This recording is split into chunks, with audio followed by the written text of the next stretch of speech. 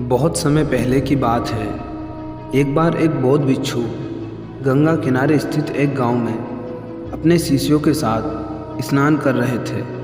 तभी एक राहगीर आया और उसने पूछा, महाराज, इस गांव में कैसे लोग रहते हैं? दरअसल मैं अपने मौजूदा निवास स्थान से कहीं और जाना चाहता हूँ। बौद्ध भिक्षु बोले, जहाँ तुम अभी रहते हो वहाँ किस प्रकार के लोग रहते हैं?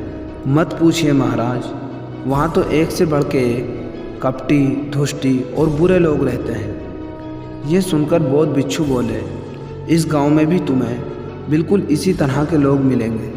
यहाँ भी कपटी, दुष्ट और बुरे लोग रहते हैं। यह सुनकर राहगीर आगे बढ़ गया।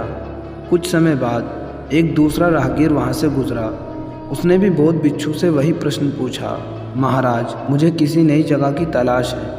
क्या आप मुझे बता सकते हैं कि इस गांव में कैसे लोग रहते हैं? बौद्ध भिक्षु बोले, जहाँ तुम अभी निवास करते हो वहाँ कैसे लोग रहते हैं? राहगीर बोला कि वहाँ तो बड़े सभ्य, सुलझे और अच्छे लोग रहते हैं। बौद्ध भिक्षु बोले, तुम्हें बिल्कुल उसी तरह के लोग यहाँ भी मिलेंगे।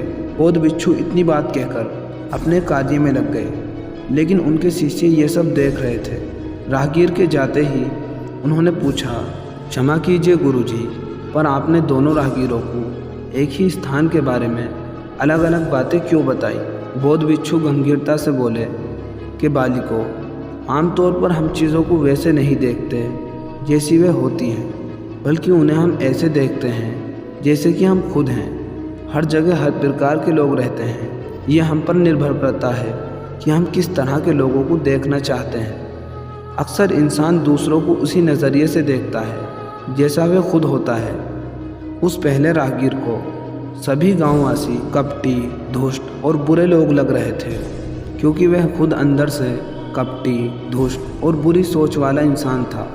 जबकि उस दूसरे राहगीर को सभी लोग सभ्य, सुलझे और अच्छे विचारों वाले लगे, क्योंकि वह खुद अंदर से सभ्य, सुलझे और अच्छे विचारों वाला था। बौद्ध भिक्षु थोड़ी और गंभीरता से बोले, मेरी एक बात हमेशा याद रखना, हमें हमारे आसपास की चीज़ें वैसी ही दिखती हैं जैसे हम खुद होते हैं। तो हमें बाहरी चीज़ों को नहीं, बल्कि खुद के नज़रिए को बदलने की ज़रूरत है। सभी शिष्य बौद्ध भिक्षु की बात समझ चुके थे और आगे से उन्होंने जीवन में सिर्फ अच्छी चीज़ों पर ही ध्यान दिया। बुरी से बुरी चीज़ में भी एक अच्छाई छिपी होती है। इसलिए हमें चाहिए कि हम भी दूसरे राहगीर की तरह अच्छी चीज़ों पर ही ध्यान दें। ऐसी और वीडियोस देखने के लिए हमारे चैनल को सब्सक्राइब करें। हम ऐसी बहुत सारी स्टोरीज़ आपके लिए लाते रहेंगे। धन्यवाद।